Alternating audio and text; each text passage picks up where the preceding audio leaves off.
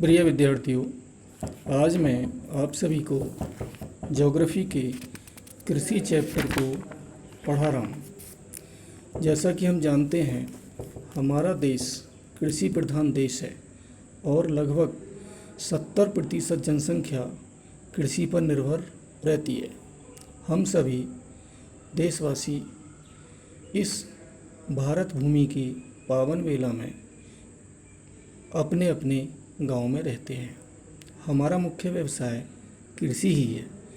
हम सभी किसान के पुत्र होने के नाते इस अपनी धरती माता से असीम प्यार भी करते हैं और हमारा मुख्य व्यवसाय चूँकि कृषि है, तो हमें कृषि से संबंधित जो हमारी दैनिक क्रियाएं हैं उनकी जानकारी हमको होनी अति आवश्यक है। तो सबसे पहले जानेंगे कि कृषि है क्या।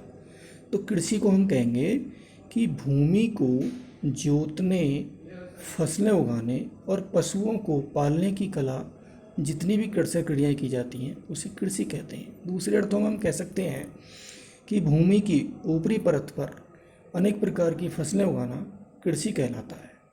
कृषि के अंतर्गत आने वाले जितने भी कार्य हैं वो कर्षण क्रियाएं के रूप में आते हैं। इसी के अंतर्गत जैसे एक नंबर का सवाल पूछ लिया जाता है कि निर्वाह कृषि क्या है, तो ऐसी कृषि जिसमें किसान अपने परिवार का पालन पोषण करने के लिए अनेक प्रकार की फसलें उगाता है और उसमें भूमि के छोटे छोटे टुकड़ों पर अनेक प्रकार की कर्षण क्रियाएं कृषि औजारों के माध्यम से करते हुए अपना श्रम करके, मेहनत करके फसल उगाता है, उसे हम कहते हैं निर्वाह कृषि। छोटे रूप में समझ लीजिए कि परिवार का पालन पोषण करने के लिए भूमि के छोटे टुकड़े जो होते हैं उसमें कृषि औजारों तथा परिवार के श्रम की मदद से जो भी खेती की जाती है उसे हम कहते हैं कृषि, अर्थात निर्वाह कृषि। उसके बाद दूसरा टॉपिक आता है गहन कृषि। ये गहन कृषि क्या है? यह श्रम गहन खेती है जहाँ अधिक उत्पादन के लिए अधिक मात्रा में रासायनिक खादों की, जैविक क्रियाओं की, निवेशों के आधार पर सिंचाई का प्रयोग किया जाता है। फिर दोबारा सुन लें, यह श्रम गहन खेती है जहाँ अधिक पैदावार करने के लिए, जहाँ उत्पादन अधिक किया जाता है, वहाँ जैव रासायनिक निवेशों के आधार पर सिंचाई का प्रयोग किया जाता है। अब ये सवाल आता है कि अधिक मात्रा में अधिक उत्पादन करने के लिए क्या टेक्नोलॉजी अपनाई जाए। प्रिय छात्रों, यदि हम प्राचीन समय की खेती के बारे में चर्चा करते हैं तो प्राचीन समय में इतने आधुनिक संसाधन नहीं थे, इतने कृषि यंत्र नहीं थे, इतने उन्नतशील बीज नहीं थे। पहले के समय में खेती करना बड़ा कठिन था क्योंकि सिंचाई के साधन नहीं थे। पानी का जो स्तर था, जल स्तर, वो बहुत नीचे था।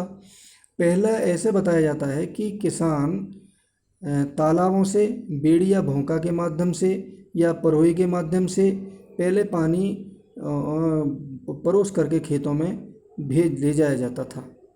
बेड़ी भोंका से दो व्यक्ति आपस में उसको परोई के रूप में पानी को नालियों द्वारा भेजा करते थे और यहाँ तक कि ये बताया जाता है कि ज़्यादा से ज़्यादा 1-1.5 बीघा धरती सुबह से शाम तक सिंचाई के रूप में प्रयोग की जाती थी। फिर थोड़ी आधुनिकता आई, परिवर्तन आया, तो फिर रहट के कुएँ चलाए जाने लगे। उसमें 2 बैल जोड़ करके नीचे से कुएँ में से, पक्के कुएँ होते थे, उनमें से पानी नीचे से लाया जाता था और पूरे दिन ऐसा बताते हैं कि जब सिंचाई की जाती थी तो अधिकतम 2 या 3 बीघा धरती ही भरी जाती थी। धीरे धीरे टेक्नोलॉजी आई और टेक्नोलॉजी के माध्यम से कुछ सुधार हुआ। लाल बहादुर शास्त्री बताते हैं कि उस समय प्रधानमंत्री थे तो उन्होंने अमेरिका से टेक्नोलॉजी के लिए अपनी बात रखी। तो हरित क्रांति के दौर में वहाँ पर उस समय कृषि के क्षेत्र में अधिक पैदावार करने के लिए कुछ आधुनिक कृषि यंत्र, अच्छी खाद, उर्वरक, उन्नतशील बीजों को वहाँ से लाया गया। पहले की खेती में और आज की खेती में आप जमीन आसमान का अंतर देखते हैं। पहले किसान हल से खेती करता था, हल के पीछे एक किसान हल चलाता था और बीज बोने वाला बीज बोता था। एक तरीका ये भी था कि जो मैंने भी देखा है कि डिबलर के माध्यम से, उसमें एक ऐसा यंत्र होता था कि जैसे आपने देखा होगा डीजल या पेट्रोल का एक कीप होता है चौड़ा सा, उसके नीचे एक पाइप लगा देते हैं, तो जब खेत जोत दिया जाता था तो कूड़ों में किसान उसमें हाथ से दाना छोड़ता था, एक एक एक करके बीज बोया जाता था। उसमें बहुत लंबा समय लगता था, कई दिन लग जाते थे बीज बोने में। उसको कहते थे डिवलर के द्वारा बुवाई। ऐसे ही फिर किसान कूड़ों में बीज बोने लगा, उसमें भी पूरा दिन लग जाता था। और फिर जब हरित क्रांति आई, हरित क्रांति के माध्यम से कृषि यंत्रों को बढ़ावा मिला, आधुनिक यंत्र आए और उन्नतशील बीज आए और रासायनिक खादों का समावेश हुआ, तो किसान ने क्या काम किया कि किसान फिर टेक्नोलॉजी के माध्यम से खेती करने लगा। जो 2 दिन या 4 दिन या 6 दिन लगते थे, वो फिर काम 1 दिन में या 2 दिन में आराम से निपटने लगा और पैदावार भी धीरे धीरे बढ़ने लगी। अगला टॉपिक आता है, कभी कभी 1 नंबर में पूछा जाता है कि रोपण कृषि क्या है। ये एक प्रकार की वाणिज्यिक कृषि है और इसमें लंबे चौड़े क्षेत्र में एक फसल बोती है और कृषि और उद्योगों के बीच एक अंतर रहता है। इसमें अत्यधिक पैसा भी लगता है, पैसा भी खर्च होता है, और यहाँ तक कि जब लंबे चौड़े फार्मों में खेती की जाती है तो अधिक लोगों की यहाँ में सहायता भी ली जाती है।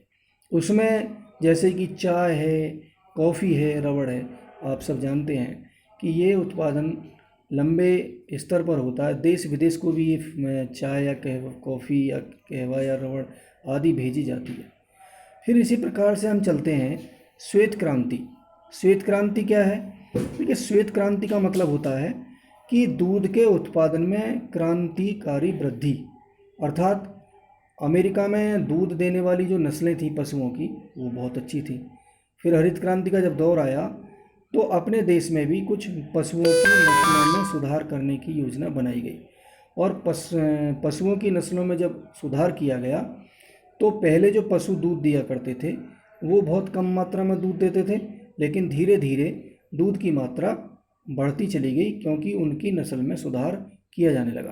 क्रॉस वैरायटी के माध्यम से, यानी कि संकर जाति के माध्यम से भी, जैसे अमेरिकन आपने देखी होंगी, जर्सी देखी होंगी, ये गाय अधिक दूध देने थी और हमारे यहाँ की जो देसी गाय थी वो बहुत कम दूध देती थी। फिर उनकी नस्लों में सुधार किया गया, क्रॉस वैरायटी तैयार की गई और उसके माध्यम से पशुओं में जो सुधार, दूध देने की क्षमता, काम करने की क्षमता अलग अलग देखने को मिलती है।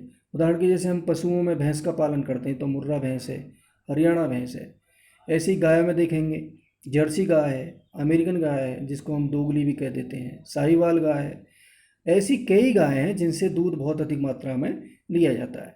अब चूंकि हमारा कृषि प्रधान देश है और हमारा जीवन कृषि पर निर्भर है, तो हम कृषि से अनेक प्रकार के उद्योग धंधे भी चलाते हैं।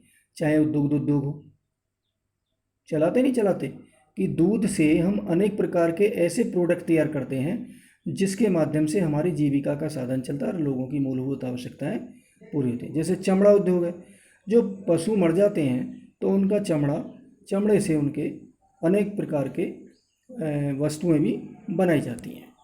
यहाँ तक कि जब पशु मर जाता है तो उसकी हड्डियों का भी यूरिया के रूप में काम में प्रयोग में लाया जाता है। कभी कभी 1 नंबर का सवाल आ जाता है कि फसलें कितने प्रकार की होती हैं। तो बेटा, फसलें यदि हम ऋतुओं के आधार पर करेंगे तो ऋतुओं के आधार पर तो हमारा शरद ऋतु, ग्रीष्म ऋतु और वर्षा ऋतु हो गई। और यदि हम महीने के रूप में करेंगे, जैसे रबी की फसल है, जायद की फसल है, खरीफ की फसल है, तो रबी की फसल जो है वो शरद ऋतु में बोई जाती है। इसी प्रकार ग्रीष्म ऋतु में जैसे ज्वार है, बाजरा है, अरहर है, मूंग है, लोबिया है, धान है। और जायद जो है वो रबी और खरीफ की फसल के बीच में बोई जाने वाली फसल है, जिसको हम कहते हैं जायद की फसल। यदि आपसे कोई क्वेश्चन पूछता है कि जायद की फसल में कौन कौन सी फसलें हो जाती हैं, तो आप दिमाग में एक बात बैठा लीजिए कि जो बेल जिनमें बेल होती है, जो बेल नुमा फसलें होती हैं, जिनमें जो बेल के आकार की फसलें, जैसे ककड़ी है, खीरा है, लौकी है, तोरई है, घिया है, ऐसी कई फसलें हैं जो बेल वाली फसलें कहलाती हैं, तो ये जायद में आती हैं। इन दोनों के बीच का अंतराल जो होता है वो वर्षा का होता है और ये फसलें वर्षा के रूप में भी बोई जाती हैं। तो रबी की फसल शरद ऋतु में, ग्रीष्म ऋतु में खरीफ की फसल और वर्षा ऋतु में जायद की फसल। तो प्रश्न 3 प्रकार से अलग अलग तरीके से आता है कि फसलें कितने प्रकार की होती हैं। आप कहते हैं 3 प्रकार की, रबी, खरीफ और जायद। फिर क्वेश्चन पूछा ऋतु के आधार पर फसल बताइए साहब। आप बोल रहे हैं रबी की जो फसल है वो शरद ऋतु में हो जाती है, खरीफ की फसल है जो वो गर्मी में हो जाती है, जायद की जो फसल है वो वर्षा ऋतु में हो जाती है। फिर इसी प्रकार पूछ लिया जाता है कि रबी की फसल में बोई जाने वाली फसलों के नाम बताओ। तो रबी की फसल में बोई जाने वाली फसल, यानी कि आप दिमाग में लगाइए कि वह ठंड में बोई जाती है रबी की फसल। तो जैसे गेहूँ बोते हैं, जौ बोते हैं, चना बोते हैं, मटर बोते हैं, इस प्रकार से। कभी कभी ऐसी गर्मी की फसलों में बोई जाने वाली जैसे धान है, ज्वार है, बाजरा है, लोबिया है, मैं बता चुका हूँ आपको। ऐसे ही कभी कभी पूछ लिया जाता है कि अलग अलग राज्यों में, जैसे हरियाणा राज्य है, पंजाब राज्य है, तो सबसे यहाँ का मुख्य जो उत्पादन फसल का है वो क्या है, जैसे चावल है, गेहूँ है। ऐसे ही उत्तर प्रदेश का चावलों में भी आगे है, लेकिन सबसे मुख्य जो उत्पादन है वो गन्ने का है, क्योंकि उत्तर प्रदेश में चीनी मिलें सबसे ज़्यादा देखने को मिलती हैं।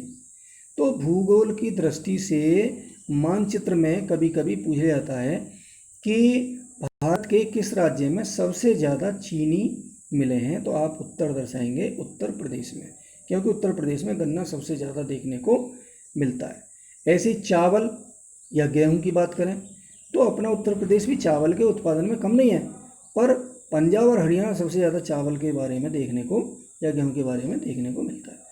फिर हमसे पूछा जाता है कभी कभी 1 नंबर में कि चकबंदी किसे कहते हैं। तो चकबंदी का मतलब होता है बिखरे हुए खेतों को इकट्ठा करना, एकत्रित करना, चकबंदी कहलाता है। आपके गांव में भी चकबंदी आई होगी कभी, या चकबंदी आएगी, तो अपने दादा परदादा से, अपने बुजुर्गों से भी पूछ सकते हैं कि सर चकबंदी क्या है दादाजी, चकबंदी का क्या काम होता है। तो कहेंगे बेटा जैसे हमारे चक एक खेत यहाँ था, एक खेत दूसरे तरफ था, तो हमें बहुत दूर तक पानी ले जाने में दिक्कत आती थी, वहाँ से फसल को लाने में भी दिक्कत आती थी, बुग्गी के लिए रास्ता जाने के लिए भी नहीं होता था। तो सरकार ने एक मुहिम चलाई, एक आह्वान चलाया कि जो बिखरे हुए खेत हैं उन सबको एक जगह इकट्ठा किया जाए, तो जिससे कि लोगों को परेशानी ना हो। तो हम कह सकते हैं कि बिखरे हुए खेतों को एकत्रित करना क्या कहलाता है, चकबंदी कहलाता है। तो ये अध्याय इस प्रकार से महत्वपूर्ण है, कभी कभी सवाल आ जाता है तो आप इसमें अच्छी तरह से तैयार कर लें। कभी कभी सपोज करो बहुविकल्प पे क्वेश्चन आ गया कि शरद ऋतु में कौन कौन सी फसलें बोई जाती हैं, ऑप्शन दे दिया, चना, ज्वार, ककड़ी, लौकी। अब हमें दिमाग में बैठा लाना चाहिए कि चना एक ठंडी ऋतु में बोया जाता है, तो चना हमारा रबी की फसल हो गया। इस प्रकार से जैसे पूछ लिया कि गेहूँ सबसे अधिक कौन से राज्य में होता है, तो पंजाब हरियाणा सबसे आगे, उत्तर प्रदेश का भी स्थान उसी में है। गन्ने के बारे में पूछा जाए, ऑप्शन के बारे में, गन्ना कौन से राज्य में सबसे ज़्यादा होता है, तो उत्तर प्रदेश में सबसे ज़्यादा है। तो ऐसे ही कृषि के क्षेत्र में अपना भारत का उत्तर प्रदेश राज्य भी सबसे आगे है, और हमारा जीवन कृषि पर निर्धारित है। हमारे कृषि उद्योग धंधे कई प्रकार से चलते हैं। कच्चे माल के रूप में हम फसल उगाते हैं, पक्के माल में द्वितीय क्षेत्र के अंतर्गत आते हैं। तो इस प्रकार से अलग अलग तरीके से इसमें क्वेश्चन पूछे जा सकते हैं। तो हमें ये अध्याय डीपली रूप में घर पर स्वाध्याय के रूप में पढ़ना है। धन्यवाद।